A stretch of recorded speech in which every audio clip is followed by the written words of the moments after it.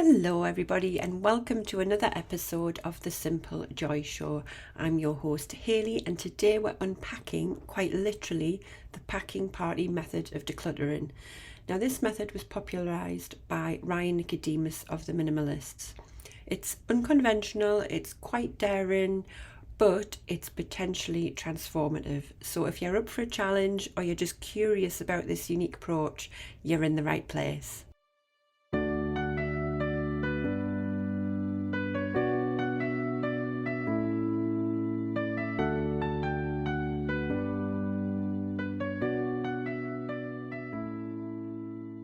This is The Simple Joy Show, the podcast for people who are ready to declutter and simplify their homes and lives to create more space, time, energy and freedom.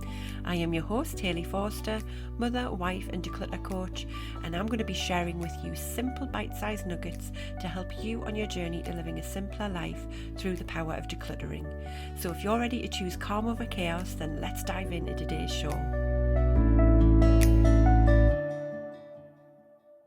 Hello everybody, how are you all? I hope you are doing well. Little personal update from me. So if you're on my email list, you will know that it was my 40th birthday at the weekend. I finally hit the big 40. I'm not actually, there's a few people I know who turned 40 and have been absolutely mortified, but actually I've been fine with it, and it's been quite a sentimental weekend for me, I suppose, because one of the greatest memories of my mum when I was a little girl was being at her 40th birthday party, and all my family was there. Everyone bought some food and there was a big buffet, and there was all the classic disco party tunes and party games, and we just had such a laugh. I was only about 7 at the time, I believe, but I remember all of it, and it was just such a good night because I was so used to, when I was little, which is quite sad, so used to seeing my mum poorly, and that night she was just completely in her element.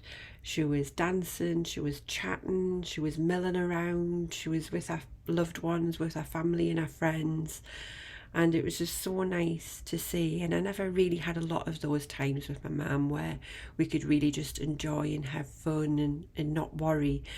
So it's one of my most precious memories. So me turning 40 was quite nostalgic in a way, because it was taking me back to the time of being with my mum, and I suppose it puts it into perspective, doesn't it, how young she was at the time, even though I didn't think she does, because as a 7-year-old girl, when you look at a 40-year-old, you think, bah, they're old. But yeah, she was still young, she was vibrant, and it was just, yeah, it's been a special weekend. So we went up to Northumberland for the weekend. I couldn't think of anywhere better to spend my 40th than with my family up there.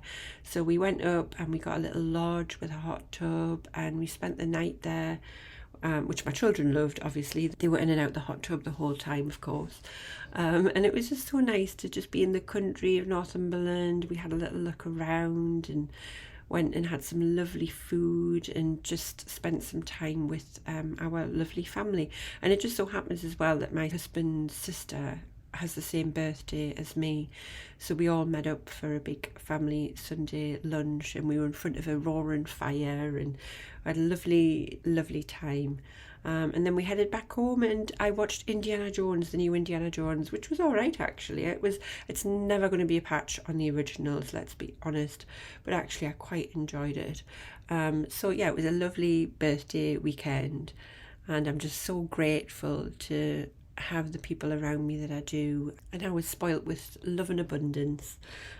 So without further ado, let's dive into this week's episode, and I'm going to be discussing the decluttering method, another decluttering method from the Minimalists, which is called the packing party method, and it's quite an extreme method for decluttering your home.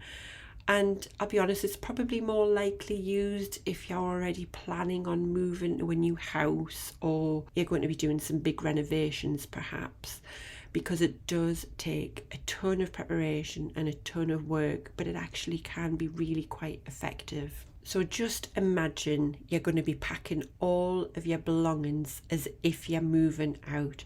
So we're talking clothes, kitchenware, decorations, everything, the lot, and it all goes into boxes. And then over the next few weeks or months, I think the time frame that the minimalists give is 3 months. You only take out what you need when you need it. And the idea is that at the end of the experiment, at the end of the 3 months, whatever remains in the boxes is potentially unnecessary clutter and perhaps could be sold or donated. Now, as always, there's pros and cons to each of these methods. So I'll talk through the pros first of all. Now, this method is a real fast track to minimalism. It's an incredibly fast route to discovering actually what you truly need and what you use on a day-to-day basis.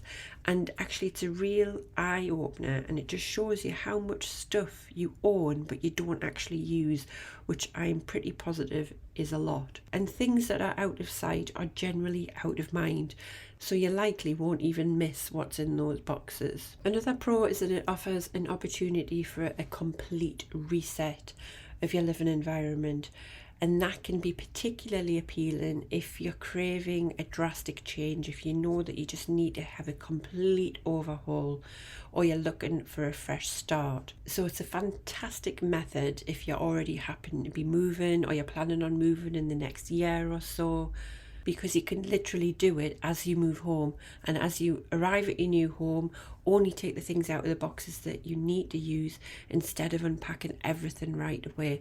Obviously you would be living out of boxes for a little bit longer than you probably would have hoped, but at least you would know that you're unpacking the right things at the right times. So yeah, it is ideal for major life transformations. So if you're moving, you're remodeling, or you're really just looking to turn over a new leaf and have a complete overhaul, this method actually really acts as a catalyst for those significant life changes, and it pushes you to reevaluate your lifestyle, your possessions.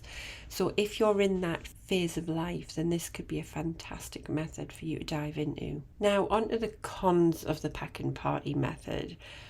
So the first one that comes to mind is obviously the practical challenges around it. The logistics of packing everything in your house is really daunting. The thought of we've discussed going back home and moving up to Northumberland again. And the only thing that really is stopping me is the fact that I really can't be asked to go through the process of A, selling my home, but B, also the packing. I don't have a huge amount of things, but once you start that upheaval, it's a big job and it can be really daunting. It requires time, it requires energy, and it requires space as well to store those packed boxes. So for me, this method probably doesn't make a lot of sense to do unless you're already packing for a move, or as I've already said, you're really wanting a massive overhaul, because not only is it going to take a significant amount of your time and your energy and space, there's also the additional cost of purchasing boxes perhaps if you don't already have them, and that can mount up. And I think all of us underestimate how much is stored in our home until we start to pack things away and we realise how much space it takes up. I remember when I moved from Northumberland down to West Yorkshire and I was packing up my pantry, and our pantry wasn't massive, but you could fit a fair amount in. And I remember unpacking it, and I think I got everything in my pantry in 4 massive boxes, and it was just unreal because I just didn't quite grasp how much was in that pantry until I put it in there. And that was one cupboard in my kitchen, and it really, really surprised me. So I think we all underestimate how much we've got stored in different locations in our house. So there's a lot of space and there's a lot of money there as well for storage options. Another con is that it can have quite an emotional impact, this method, and it can be quite emotionally taxing. And that's because the sight of your belongings in boxes and living in somewhat of what I would call an unsettled state can be really stressful. I think for someone like me, who I'm a big advocate of having a home that you feel comfortable in, that you feel relaxed in, the thought of living out of boxes for 3 months actually fills me a bit of dread. It's not something that I would feel comfortable and relaxed with. And I worry that I would just be spending most of my time looking for things in boxes and then end up in more of a mess.